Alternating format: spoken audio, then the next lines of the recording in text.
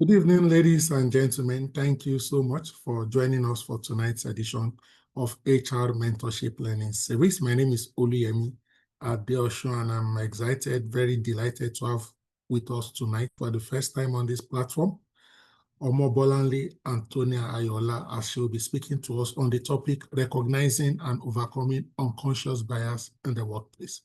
Permit me to please read her profile so we can get to know her better for some of us who may just be getting in contact with her for the very first time. Omobolanle is a certified HR professional, tech entrepreneur, and the founder and CEO of People Advisor Limited. This is a modern consulting company providing strategic yet affordable HR accounting, growth advisory solutions to startups and SMEs in Nigeria and in Africa.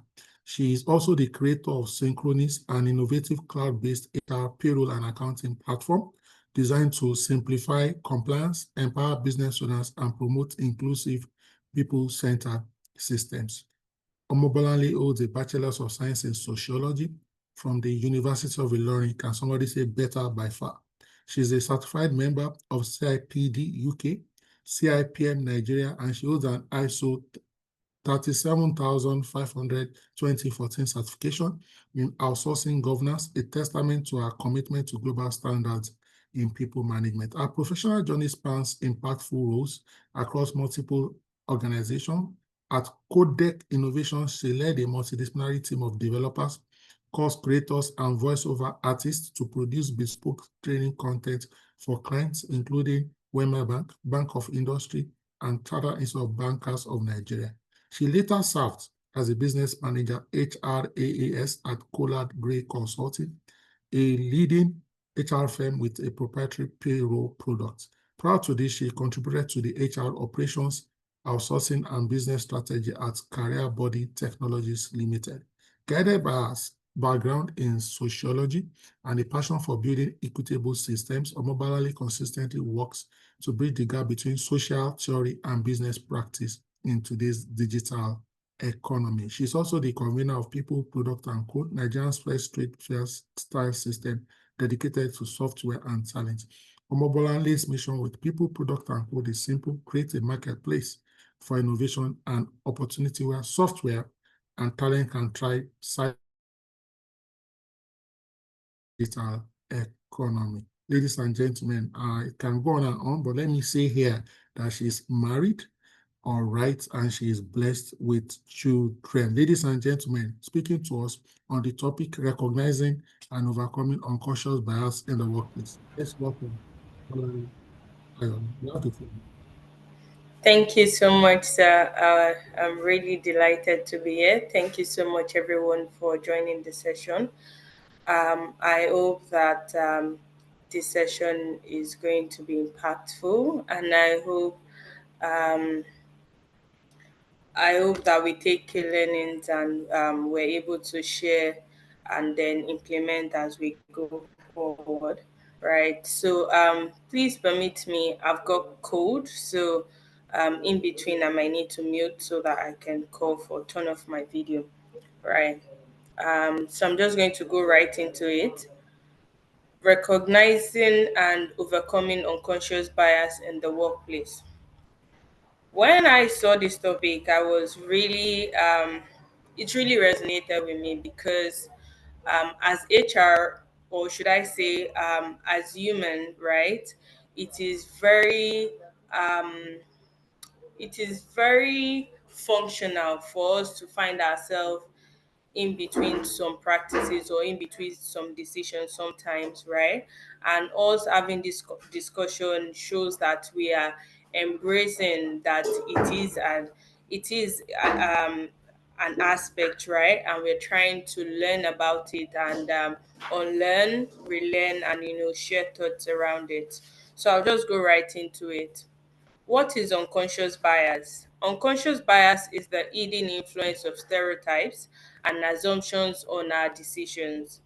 These biases operate automatically, often without us realizing it. Sometimes you would have mentioned some things without knowing that, oh, you were biased about a certain person or about a certain matter because you just did not realize it. In fact, sometimes as HR professionals, you might have tilted towards a decision when recruiting, or maybe when um, you're trying to promote, or even when you're trying to handle grievance in the workplace, right? You might not realize it just happens in a twinkle, right? I always tell my team that there's always a thin line between being doing the right thing and having double standards, right? So sometimes these biases may be based on gender, age, race, cultural background, education, appearance, religion, or personality traits.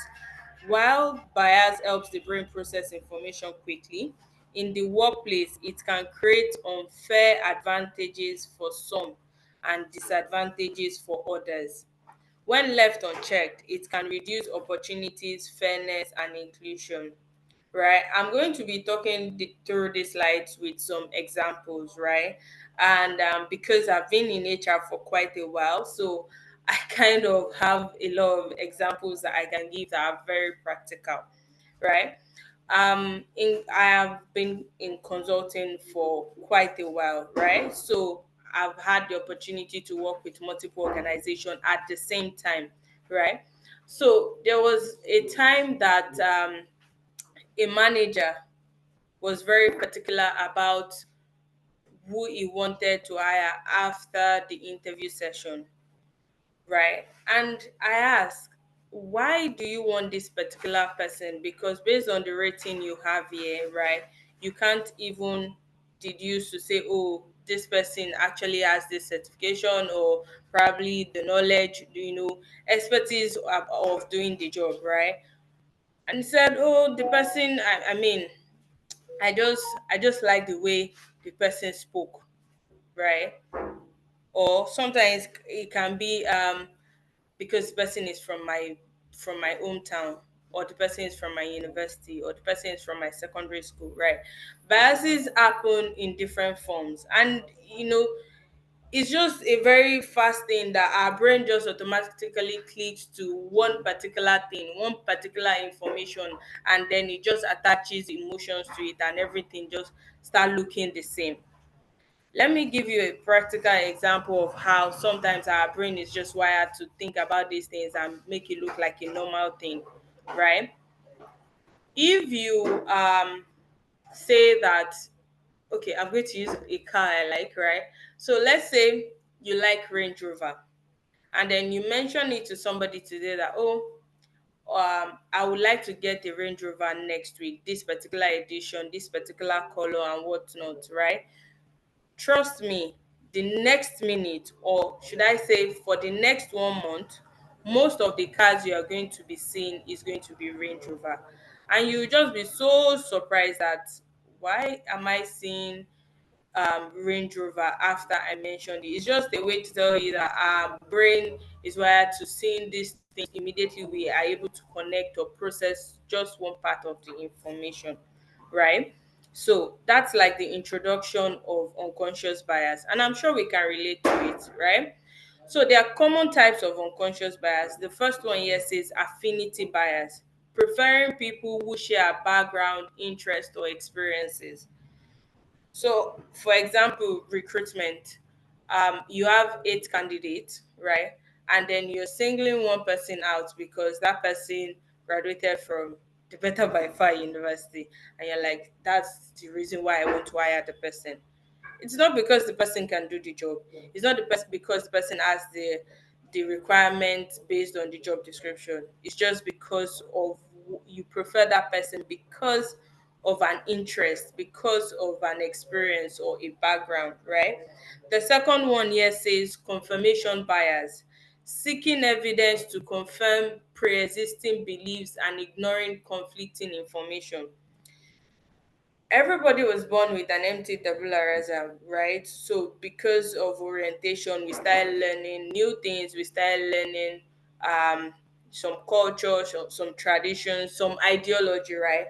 And because of those things, you just have an ideology about a certain person or a certain thing or an item or a process, right? So You just want to seek evidence to confirm that I've always said this person or this particular process is not going to work, right? So you're biased about it, you're not neutral, you already have an ideology that is guiding how you perceive that thing, right? The third one says the halo effect. The halo effect, allowing one positive trait to overshadow other areas. For example, assuming someone who is confident must also be competent. I mean, we have a lot of HR persons here, right? You would sometimes know that this isn't always the case. Somebody might be, there's something my former boss used to say. He'll say sometimes people say rubbish with confidence, right?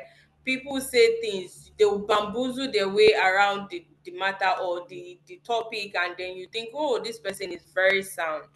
But when it comes to implementation, that's when you see that, oh, this person has theoretical knowledge, no practical knowledge, right? But because you've allowed just one positive thing, somebody can say, oh, I like the way the person was dressed.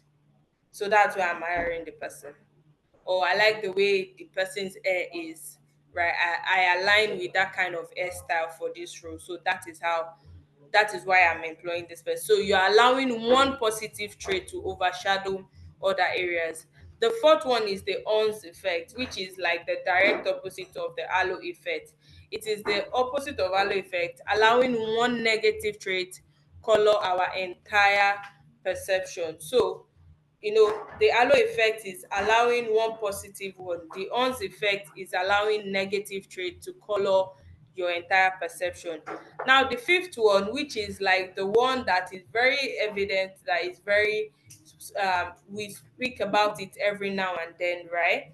I think 2 days ago, or was it yesterday, on the HR mentorship group, somebody was talking about maternity leave and whatnot, right? And then it just tilts towards gender biases, that why I do you want to terminate somebody because she's pregnant?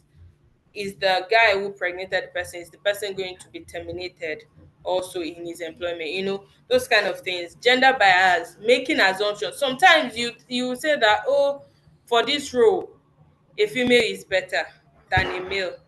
I have heard somebody say it's best to have females in HR position because they are motherly, they are very warm, they are welcoming, they are able to accommodate, they are able to take care of people, right?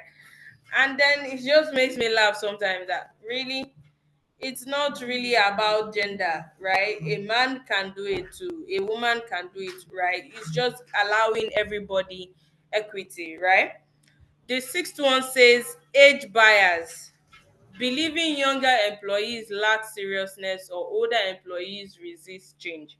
I'll use myself as an example for this age six, right? I think I have some of my team members on this call, and I always tell them that, well, I think that working with younger people deserves some level of patience, or some level of understanding and whatnot. And sometimes I'll say, in fact, if I want to work with somebody, I think I'll prefer an older generation for this rather than a younger generation, right? That's a bias, feeling that, or imagining or assuming that all young employees, they lack seriousness because of the way they are, they're very direct and whatnot, right? And then feeling that older employees, they're just anywhere belle face. Anywhere you say they move to, they don't, so it's bias also, right? And we have a lot of it like that. I might not have mentioned some of it, but we all know it, right? Sometimes we identify with it, right? But the important thing is knowing the common ones. So I'll take it again as a form of summary. The first one is affinity bias. The second one is confirmation bias. The third is halo effect. The fourth is ons effect. The fifth is gender bias. And the sixth is age bias, right? So now, why are we addressing bias? Why addressing bias matters? Why does it matter to you and I? Why should we address it? Why don't we just overlook it? Right? We are now in the DEI age, where we are all chasing diversity, equality, inclusion, everything like that. So addressing it actually helps, or it aligns that. It fosters diversity and inclusion. It means that you allow everybody, regardless of their age, their gender, their disability, race, everything, regardless of it, you're giving everybody equal treatment, right? Teams that are diverse bring more creativity, innovation, and problem solving capacity. I tell people that, you see, if you're alone doing the work, right, because you're immersed in it, sometimes you do not see the errors, the loopholes, and whatnot. But because you have several people working with you on it, you're able to collaborate better. Okay. Though the second one says drives employee engagement. Employees who feel fairly treated are more motivated, productive, and loyal. I mean, this cannot be overflowed, right? The third one says it reduces attrition. Bias can push talent away, but fairness retains valuable employees. When employees feel that they are um, they are treated equally, they are treated fairly, they will want to stay. They will want to work with you because they begin to have this sense of belonging and sense of ownership. But if you are biased about a lot of things, they will just want to go. They will want to go to a place that welcomes them, that listens to them, and accommodates them, right? The fourth one here says strengthens employer brand. During interview, I always tell people, the way you're interviewing the candidates, right, the candidate is also interviewing you. We're no longer in that age where um everybody just wants to do as you say. No, the employee also wants to know where they are coming to. That's why you see a lot of employees or job seekers, they reach out to um ex-colleagues or employees of the organization they are trying to join, right? They want feedback. Oh, how is the organization treating you? They go to Glassdoor, they go to different platforms to check reviews. So addressing these bias allows your company to be known for fairness, and inclusivity attracts stronger talent. There was a time that there were some organization everybody want to work with, right? That's employer branding, that's company branding. It's not only you spending money on PR for you to be a good brand, for you to be recognized, or for you to be there, right? Your employees also need to be able to speak for you, to say no, we're a very good organization, we treat people fairly. And the fifth one here says supports business success. Studies consistently show inclusive organizations perform better financially and competitively. I have this certain video that I always play whenever I have a speaking engagement. It's always my um how would I put it now? The icebreaker for me. I try to do a SWOT analysis of people, you know, when you know each person's strength, each person's weakness, you understand how you want to work with them. You are able to balance it and welcome everybody together. And that way, the business is going to succeed because everybody knows which angle they're actually contributing from, right? So you're not leaving anybody behind. In people advisor, everybody knows that I'm not good with PowerPoint design, right? I struggle. Not that I won't do PowerPoint, but I will take more time than somebody else on my team, right? But when it comes to Excel, everybody just leaves it to Bolanli, right? But when it comes to PowerPoint, I either just call Olayinka or call Juliet to say, oh, can you please support me with this PowerPoint design? I have my content ready. I just think you should just help me beautify it, right? So it allows for business success because everybody is contributing to the success. You're not just overwhelming one person because you like the way the person feels, you like the way this person does. And when you do that, when this person is contributing, everybody is energized, everybody is motivated, and that is what you need to keep the mindset going. Imagine you saying that you want your employees to have 10x mindset, but you are only working with some people, you're only working with a cluster, you're only working with people that graduated from. I remember one organization I was consulting for, and the man would always say that, please, I would like for the candidate to be from this certain university. He said that twice, and I think the third time I said, I'm so sorry, why are you very particular about this university? He said, oh, because the school is very fantastic, they produce great students. I said, we have other students from this, from different schools working in this place in the workforce, right? Are you telling me that they're not doing well? He said, well, they do well, but it doesn't engage them, right? That's an eye opener for me to be able to, reshuffle and reorient him on how to engage everybody together, and not just, instead of him telling this person directly, I need you to help me work on this, he will go tell the people that are from the school he likes to engage the other employees for him. So he started giving some set of people low morale and some high morale, and that's where issues start coming in from. Several issues start coming because some employees feel like there's favoritism, they're not being aired, they're not being listened to. So these are some of the reasons why I think bias should be addressed. Now, we've seen the problem. How do we solve it? There's no point identifying the problem and there won't be solution. So what are the solution? Again, this is just my own point of view, right? My POV, right?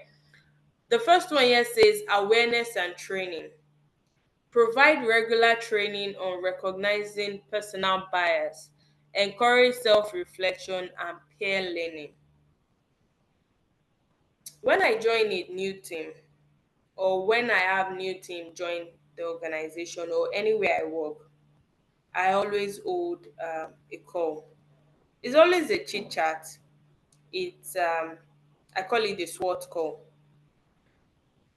And on this call, what I basically do is explain my personality to the people joining the team, and I ask them for same, because I am self-aware. I know where I'm lagging behind. I know where I need help. I know what might be the issue, right? Now, you that you're coming in, I want you to know my issues, right? Where I might be lagging behind, so that we then discuss, okay, I think I might struggle with you on that. Okay, how can we compromise? How can we shake it together? How can we do this? You want people to be aware that, okay, I feel this certain way. I work a lot. I don't know how to rest. In fact, my idea of resting is cooking. Who would have thought? Very funny, right? So imagine somebody who is not an early morning person joining the team, and then I'm sending the person message every 6 a.m. or every 4 a.m. because I'm awake at that time and I'm working. The person might struggle, right? But you want everybody to be aware of your biases, of your lapses, so that they are able to say, okay, you're doing this thing again, please, let's quickly check it, right? Let's quickly reflect. And there's peer learning. Everybody is bouncing things off each other to say, oh, I felt this certain way too. I saw somebody do it this way, I saw somebody do it that way, and I think you did it that way. Because there's awareness and there's training around it, it tells everybody to adjust properly, and it helps everyone to actually take learning. I mean, everybody learns. We learn every day. Every day we learn, right? So the first thing is to create an awareness and to constantly train.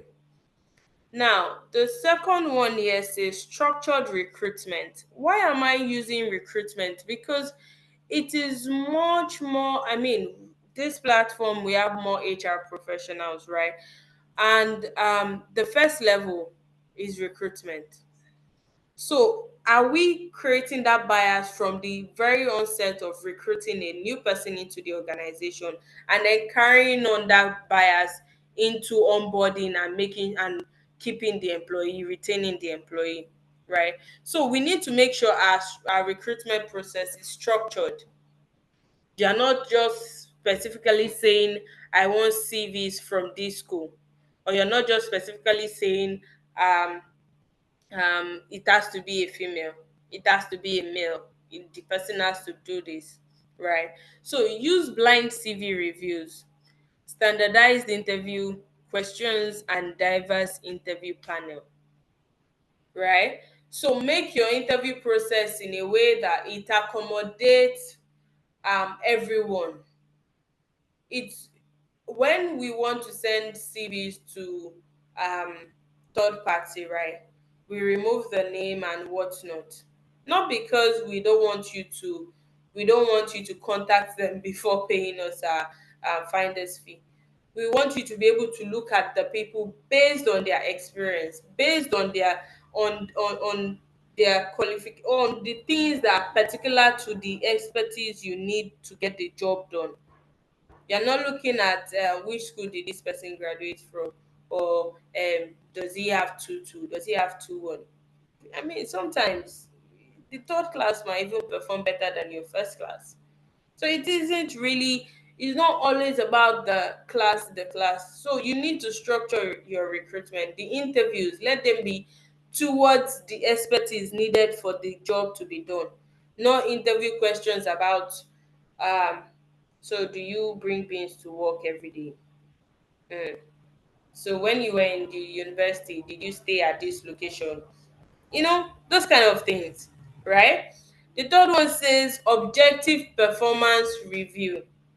Focus on measurable outcomes. Use multiple evaluators to reduce subjectivity, right? Maybe because I study sociology, I always see things from a very objective point of view. I mean, one of my favorite subjects in school was element of scientific thought, right?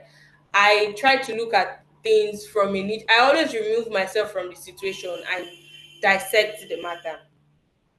I brag about in every organization that I might have consulted for to say that you can say that I'm a very straightforward person, but you can't say I'm biased because I remove myself from the situation. I'm always very neutral. What needs to be done? Who did this and who did that? I can come back to you to say, okay, I think that I was only professional in my feedback in front of everybody, but I think these are other things I should give you feedback on. Then I go to this person too. These are other things I think you should give. You know, so when you're doing object performance reviews like your appraisals, make sure that you're focusing on things that are measurable. You're not being vague with your expectations. Use multiple evaluators to reduce subjectivity. You can use the 360 uh, appraisal method, right? So this ways you've recognized it. Like I always say, the first thing is being aware that the issue is there. Then the second thing is coming up with a solution, and the third thing is implementing them. So understand that the issues are there, come up with a structure to make sure that you fix it, right? And then implement it in a way that it works. Okay? So other one says inclusive leadership. In people advisory used to we have a lot of CEO, right? And then not until recently I started adding the title sometimes I don't even remember my title sometimes, right? But I allow everybody to have this sense of belonging. If you own the business, what would you say about this thing, right? What's your point of view about this event we want to do? I try to explain why I think this thing should do. Then let's deliberate. Do you think it's too early? Do you think we shouldn't do this? Do you think we shouldn't do that? Inclusive leadership. When we all join our hands together, it makes it tighter. It makes it stronger. It makes it, solid. So when you bring in everybody, when you bring in people's thoughts, you press it and shake it together, and then it makes it nice. Continuous accountability. You see, um, um, accountability is a very strong thing that we like to ask for it from other people, but we do not like to give it. Very simple. We like to ask for it, but we don't like to give it, which is unfair, right? You need to be accountable. You need to understand that you're accountable to those people, right? You need to track hiring, you need to track promotion, you need to, pay equity data, make DEI metrics part of leadership. When I took diversity session in my for the HRs I'm mentoring, right? I advise them that make it a strategic plan. Do not just say, oh, we are an inclusive organization. What's the plan? Is there a policy for it? Are you adhering to it? Be accountable. Let there be something that that is holding you for it, that is asking you, are you doing this? Something that is asking you, something that is checking you. So it's not just about saying it, it's about being accountable, being, tracking. So when you're hiring, do you once in a while look at your workforce to say, okay, is there balance between the gender? Is there balance in the hierarchy in promotion? Is there balance in the training? There was a time on the HR mentorship group also. I can't remember which of the groups now, but somebody was saying that he was due for um, training, right? But the HR person, who is not a female, wants to give it to somebody else, more junior. And it was just a very funny thing. If you're tracking the promotion, the training calendar, you're able to see that, okay, this person had gone, this person is next in line. You're not just doing it top of your head, you're doing it based on data, accountability, right? The third one, the sixth one now, right, says embed bias checks in processes, from hiring to promotion to project assignment to regularly reviewing systems for fairness. Have one-to-one, have conversations, structured or unstructured. What do you think about this thing? What do you think about this decision we're making? When were you hired? Have you been, sometimes you just want to sit with the employees to ask them, when did you join? I know my data says you joined at this time and you were promoted at this time. Do you think it has been fair? Do you think we should do something else? Do you think, I mean, sometimes when you put those checks in places, when you ask people, when you have like a document where you are actually going back to check, right? From the hiring stage down to succession planning, down to what's it called, promotion, even payment, bonuses and whatnot. You're not doing it because one person is making you feel good. I mean, everybody's there. Okay, I hope I haven't been speaking too fast. And here is my final thought. Overcoming unconscious bias is not about erasing instinct. Yeah, I understand instinct. We're not erasing instinct, but we are building systems and cultures that minimize its impact. It minimizes it. People, no, it's minimal. We can overlook.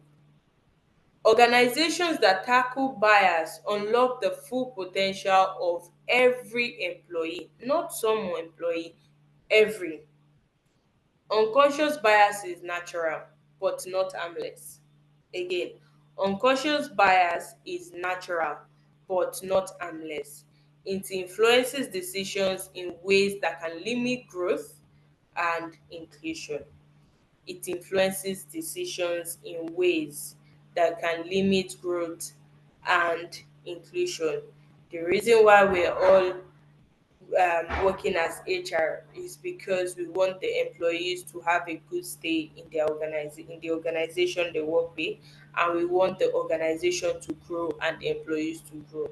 So we need to make sure that we check the bias to make sure that we have an inclusive organization. Thank you for listening to me today.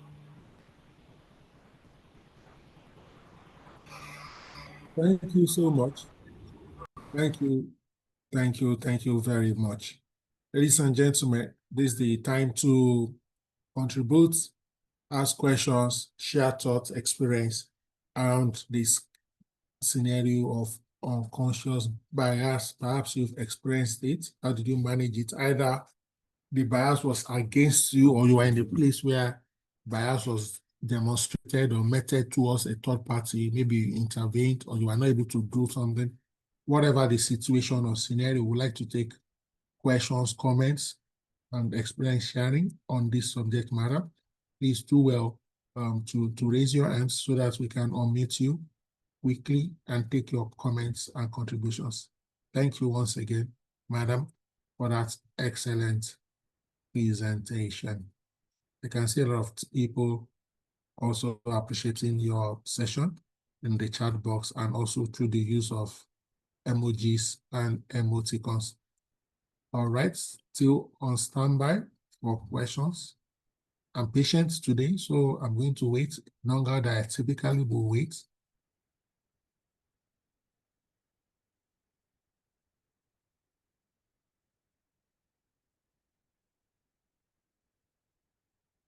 Questions, please. Comments, please. Maybe I should go ahead and ask my own questions to test our knowledge of the session.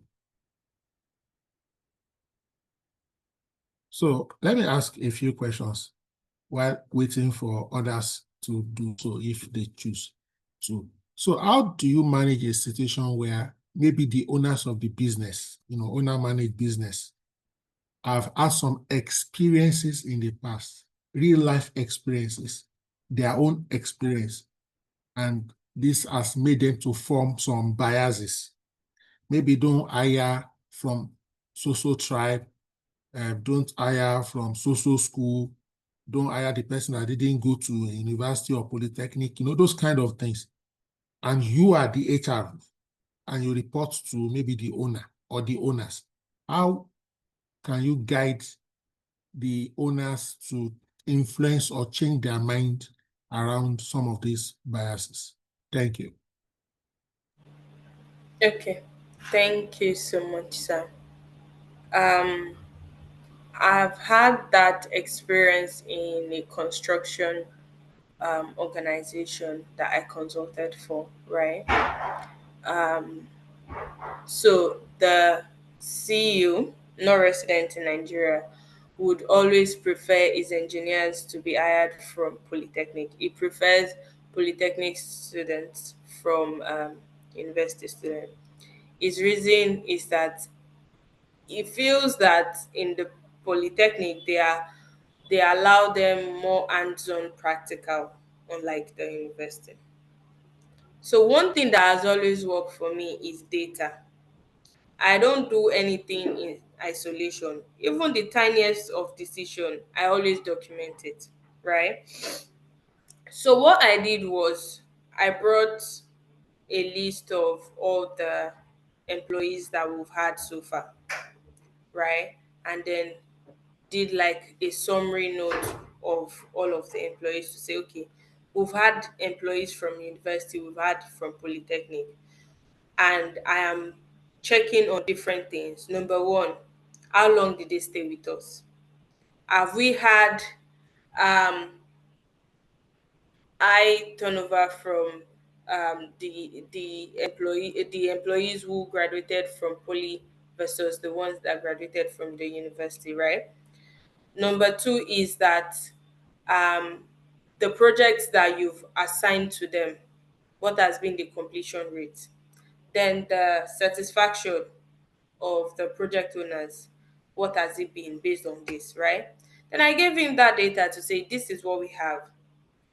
Based on this, you see that we are running on an even course. So it means that it's not only about if they graduated from Polytechnic or from university, right?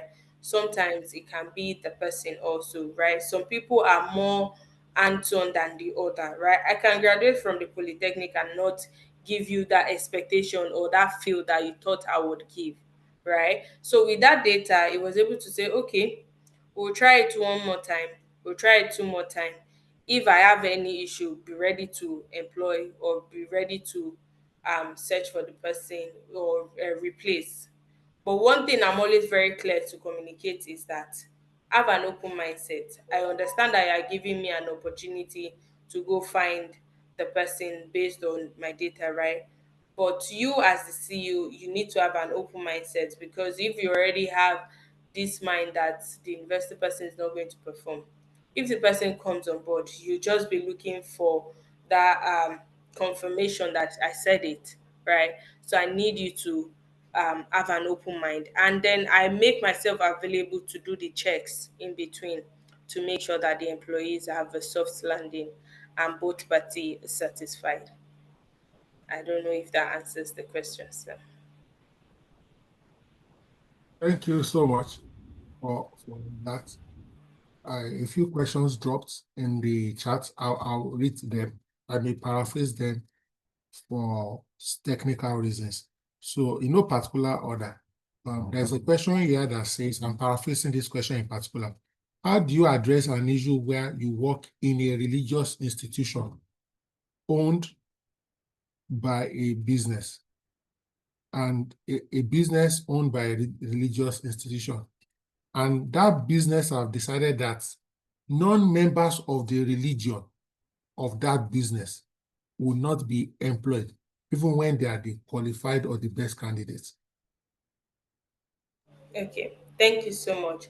So I think that today we've focused more on reducing bias from the employer or point of view.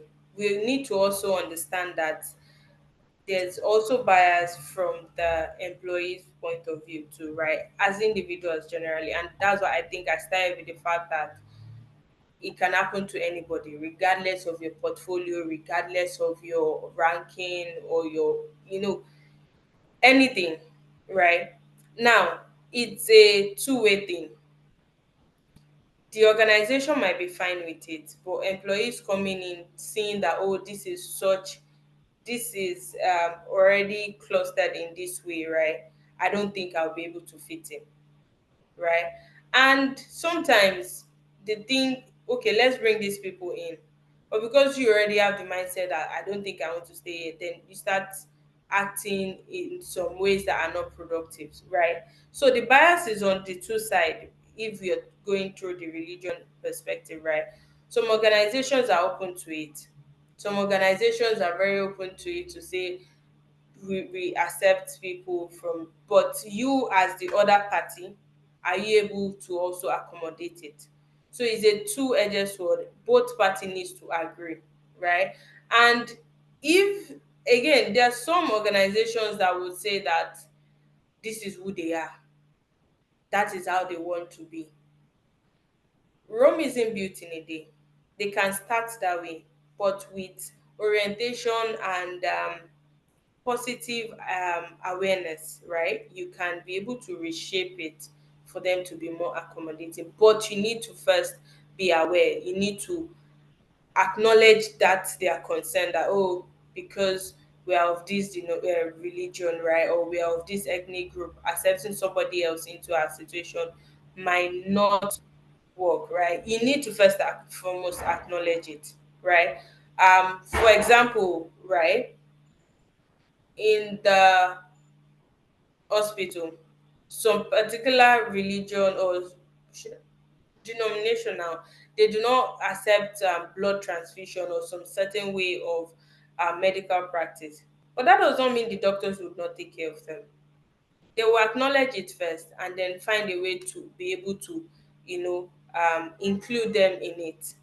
First and foremost, okay, we understand this, these are the other options that we have, or we understand this, we have to do this, but in a minimal way, we have to start it this way to see how you react to it and whatnot. But it's not going to be that they said they don't want, so we are leaving it like that. The first step is to acknowledge their concern, right, and then come up with an approach or a plan to win them into the acceptance of that, right? And I believe that gradually people change. Change is constant. Okay, thank you so much. Before we take the answers that are up, let me just quickly read this question that are come up before the answer went up. All right, and this is from my sister here. And she says that, can bias ever be completely eliminated from the workplace, or can it just be managed? Okay, thank you so much. Well, if I tell you that it can be totally eliminated, then I'm likening humans to be easily controlled. Mm-mm, right? Um, it is functional. Sorry, I'm speaking like a sociologist now. It is functional for us to have some people with those bias. We can only manage it to the barest minimum, right? Because sometimes, like I said, from my introduction, sometimes it's just an unconscious thing that happens, right? But with self-awareness, you know that, oh, I've done this unconsciously, it shouldn't be done, and then you take dressing. Sorry, taking dressing is paramilitary.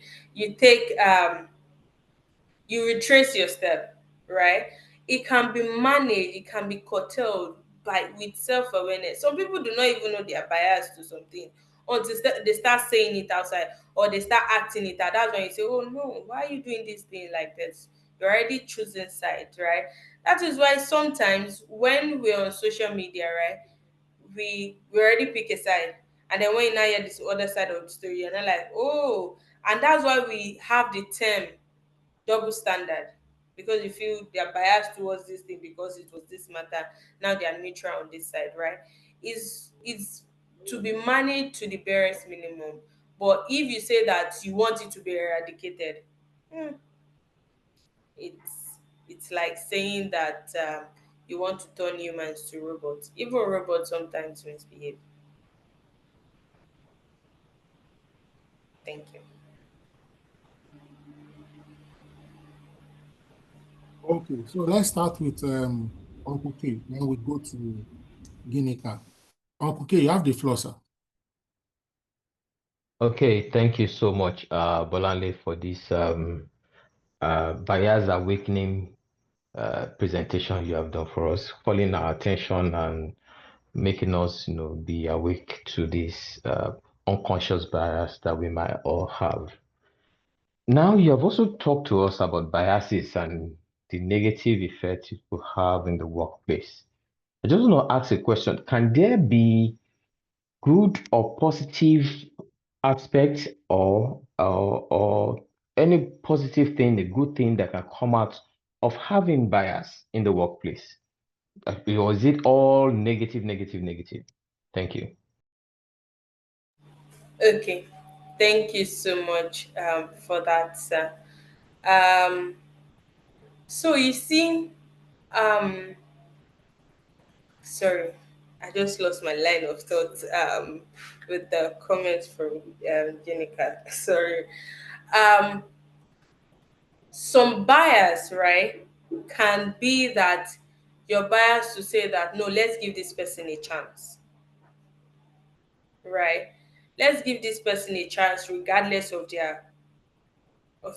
whatever you do not want them to be, right? You're biased to say no. Okay. I think I tell this story everywhere I have been to, right? Um, even if you've met me for 2 weeks, I'm sure I would have told you this story, right? So please indulge me. I was consulting for an organization who then have some third party staff that was outsourced to them. Very funny arrangement, right?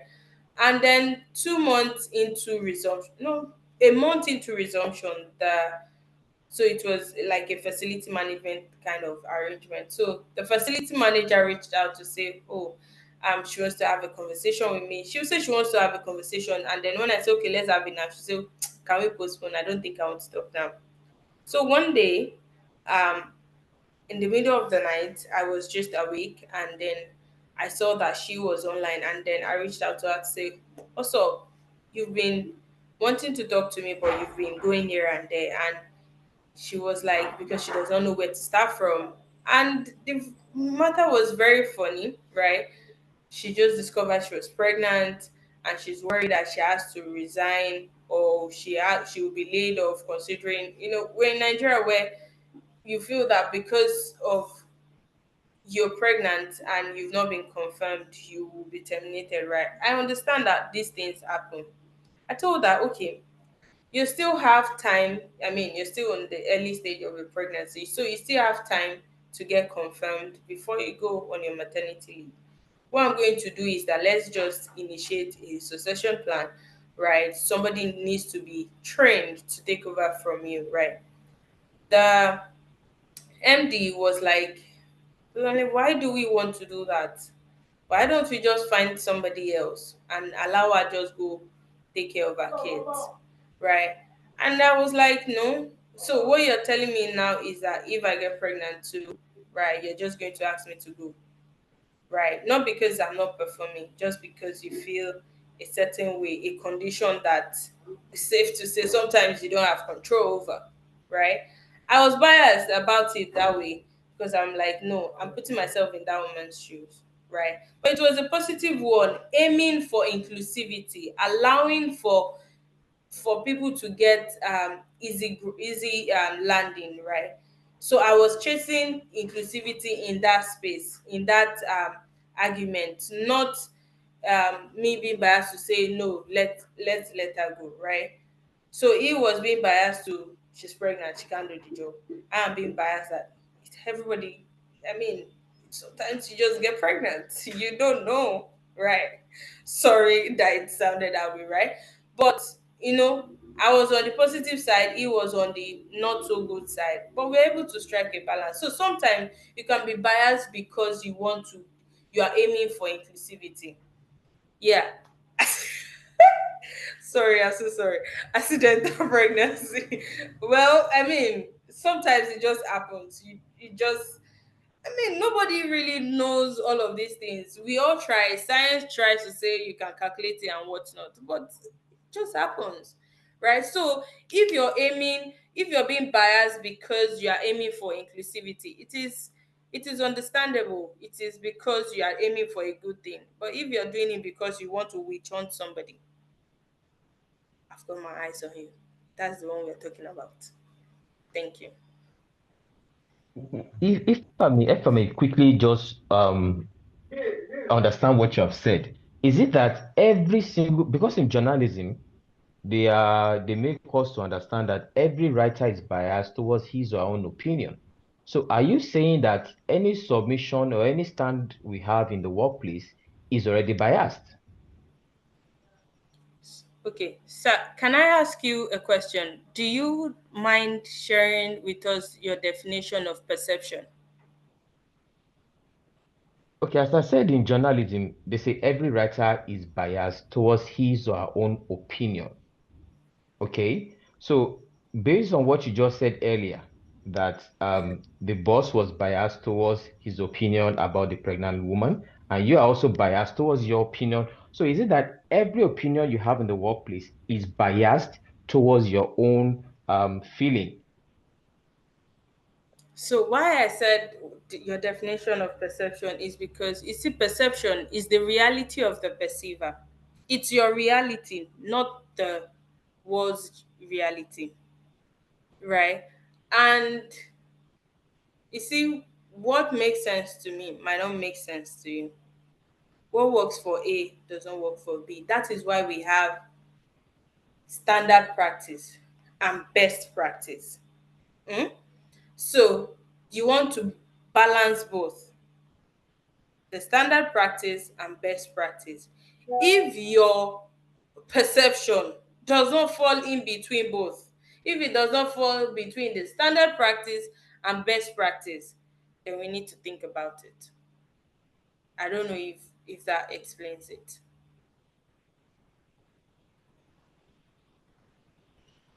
Uncle K is already biased, no matter what you say.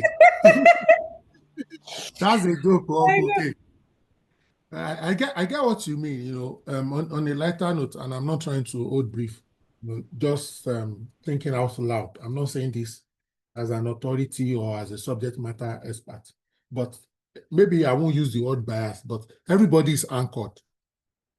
What that anchor is one thing or the other. So, for example, if you were born in Nigeria, that anchors you in a certain way. If you are born in Lagos, it anchors you in a certain way. And the neighborhood you grew up with, whether it's Ojuelegba, Mushin, or Ikoyi, anchors you in a certain way. The school you went, you know, the kind of teachers you are, primary school, secondary school, all of these things anchor you. If you watch CNN, it anchors you in a certain way. If you watch Al Jazeera, it anchors you in a certain way. If you watch Fox News, it anchors you in a certain way. If you watch NTA. So we are products of the influences of our environment. You know, permit me to borrow sociology, even though I'm not one a sociologist. You know, they say there is nature and there is nurture. So all those, and that's why sometimes intentionally as professionals, once we identify what is supposedly the best practice or what are sound ideals, then we expose ourselves to it. For example, people like Uncle K, who hardly ever misses a webinar. What you are trying to do is you are exposing yourself permanently to a wide array of professional insights to enrich and make you more balanced, make me more balanced, and so on and so forth. I just wanted to keep that into, say, to some extent, I agree with what you are saying. We just hope that our anchor, so I'm not using the word bias, our anchor is the right one at the right time, at the right place. We'll take Ginika now. Ginika, you have the floor. Ginika, you are recognized, please. Your hands have been up since. I hope it's not paining you. Thank God it's not a physical hand. Okay, Ginika Uche Omeyi, you have been recognized. So somebody doesn't say we are biased and we didn't give you the floor to speak. Let's go to Madam Princess. Omoba, you have the floor, ma'am. Thank you, sir. Needless to say, you just took some of the things that I was actually going to talk about. And I know that in some of the trainings that we've had, we don't like to say bias, we like to say anchor, you know. And just like you said, which was what I was going to actually rehash as well, that our environment, you know, we're always biased. It's almost like a natural thing. You know, we are biased against our parents. I like my mommy, I prefer my daddy, I this, that, and for various reasons. So the environment in itself, our culture, our exposure and everything will give us some kind of, you know, bias towards one thing or preference of one to the other. However, the more exposed we are, the more we're able to see other points of view and other perspectives, other more acceptable norms, other more acceptable nuances, we begin to find a balance so that we don't, you know, allow our own self, you know, bias to override all the decisions that we want to make. Yeah, and like a good example is, you know, the one you said that it's maybe because you're a woman, you know that pregnancy happens, it can happen to her, you know, either planned or unplanned. You were able to, you know, tilt your own judgment, biased judgment, make it positive to say, no, you can't do that. And because of all the DEI, inclusivity and everything, we're saying we're trying to balance the workplace. We can't say because somebody is pregnant, therefore we don't want to do this. There was a time when in Lagos State, they say men should also get paternity leave. Somebody was also thinking, we're biased towards men. They look after children as well. Why should it be just the women? Maybe this and that. So the whole, you know, life in itself is about trying to ensure that you rise above, you know, your own perspective to pulling together what, you know, will be the most acceptable way, you know, to handle things. I have a broadcast background, so I also understand where the journalist is coming from, because anything that you're writing from your own perspective, which is your bias. However, if it's something that you're criticizing, you're also criticizing from your own perspective, coupled with other things that is acceptable, what we call the acceptable norms and all of that. So it's my truth versus the truth. So I just thought I should say that. Thank you, my professor. Thank you so much. So one final boarding announcement. Ginika, you have the floor. Final boarding announcements. Okay, sir. Good evening, sir. Good evening, everyone. Sorry, my goddaughter did not allow me to talk then. She was making noise. Apologies. Okay, so I wanted to say that just to add up to what was said, I just wanted to add a little contribution personally. And I think it was stemming from that question that was asked about. I know someone threw the question about same religious, like a Christian organization or something. I can't remember how that question went, but I think I've lost the line of thought I wanted to say on that. But I was just like, for me, as HR, there's this clamor on the whole, okay, it must be data driven, any trust with the employer so that you can respectfully tell them, oh, this is that, this is this and that. But above all this, there's also that policy reintegration. Policy reintegration, like, how do I explain it? Like your policy and your procedure reinforcement, right? I know that some Christian organizations are already, their policy already makes some any aspirant or candidate unable to even apply. This is to avoid mentioning names, right? But I know that some organizations or Also, some don't Christian mention any religion, organizations. please. Don't mention any religion. Please just use the word Yes. religion, please. I'm So telling you yes, yes. So for that was what I safety. just wanted to add. That yeah. So that there's this policy already that makes everybody or the whole public to know that, oh, you can't apply here if you're not from this certain place. And it's just like when law will say you can't force an unwilling tenant on a landlord or something like that. So I just think it's peculiar. Bias cannot be totally eliminated, but to a high level, it can be respectfully managed, both either the positive or the negative. Thank you. Thank you so much. Your closing remarks, ma'am. Your closing remarks. Thank you so much, ma'am. Okay.